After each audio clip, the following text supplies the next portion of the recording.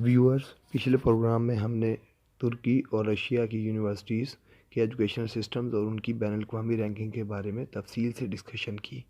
اس کے ساتھ ہی ساتھ ہم نے رشیا اور ترکی کے ان شہروں کے بارے میں بھی تفصیل سے بات کی جو کہ انٹرنیشنل اسٹوڈنٹس کی فیورٹ ڈیسٹینیشنز ہیں۔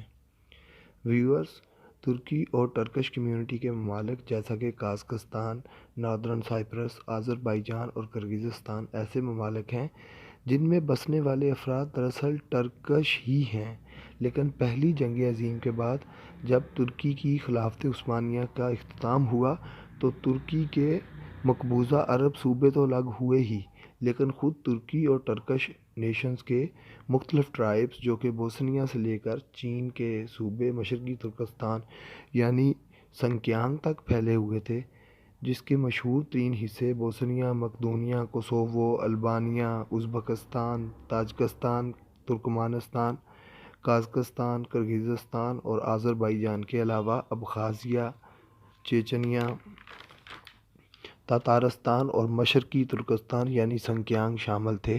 ان کے زیادہ تر حصوں پر تو رشیا نے قبضہ کر لیا اور باقی ماندہ حصہ چین کے کنٹرول میں چلا گیا۔ یہاں یہ بھی بتاتا چلوں کہ سنکیانگ 1952 سے پہلے تک آزاد ریاست رہا، لیکن چین نے پھر باقاعدہ طور پر اسے اپنا حصہ بنا لیا۔ ویورز، یہ ترکی کے مقبوضہ یورپین حصے میں سے ہنگری، البانیہ اور آسٹریا پر سوویت افواج نے حملہ کر کے اسے اپنے بلاک کا حصہ بنایا اور سرد جنگ یعنی کولڈ وار میں یہ باقاعدہ سوویت بلاک کا حصہ سمجھا جاتا تھا، جبکہ بوسنیا اور ہرزیگوینیا پر یوگوسلاویہ نے قبضہ کر لیا۔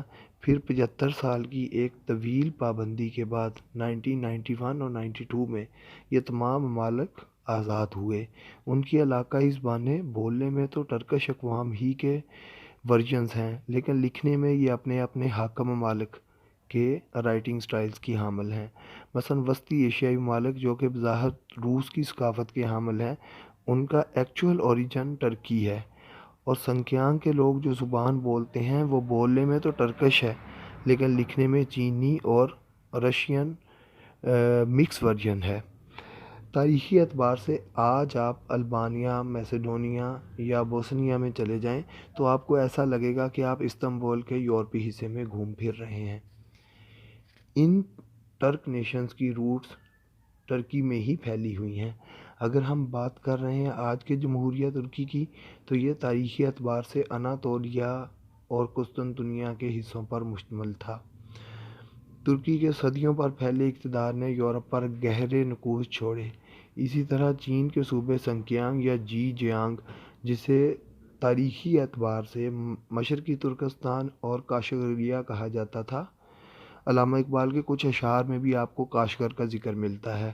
پھر 1877 میں چین کے کنگ نے قبضہ کر لیا اور پھر برطانوی اقتدار کے اختتام پر اسے دوبارہ آزاد کر دیا گیا، جس پر چین نے اپنی آزادی کے فوراً بعد ہی قبضہ کر لیا۔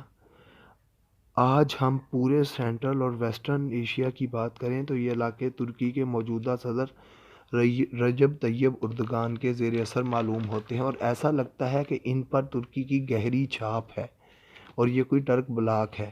تو ناظرین، بالکل ایسا ہی ہے۔ ترکی کے زیر اثر یہ ممالک صرف اور صرف اپنے ٹرکش بیک گراؤنڈ یعنی ترک پس منظر کی وجہ سے ہی ہیں۔ جی تو ویورز، اگر آپ کو آج کا پروگرام پسند آیا ہو تو لائک اور سبسکرائب کے بٹنز پریس کریں۔ آنے والے پروگرامز میں ہم ملائیشیا اور سنگاپور کے ایجوکیشنل سسٹمز اور یونیورسٹیز کی بات کریں گے۔ تب تک کے لیے اجازت دیجیے گا۔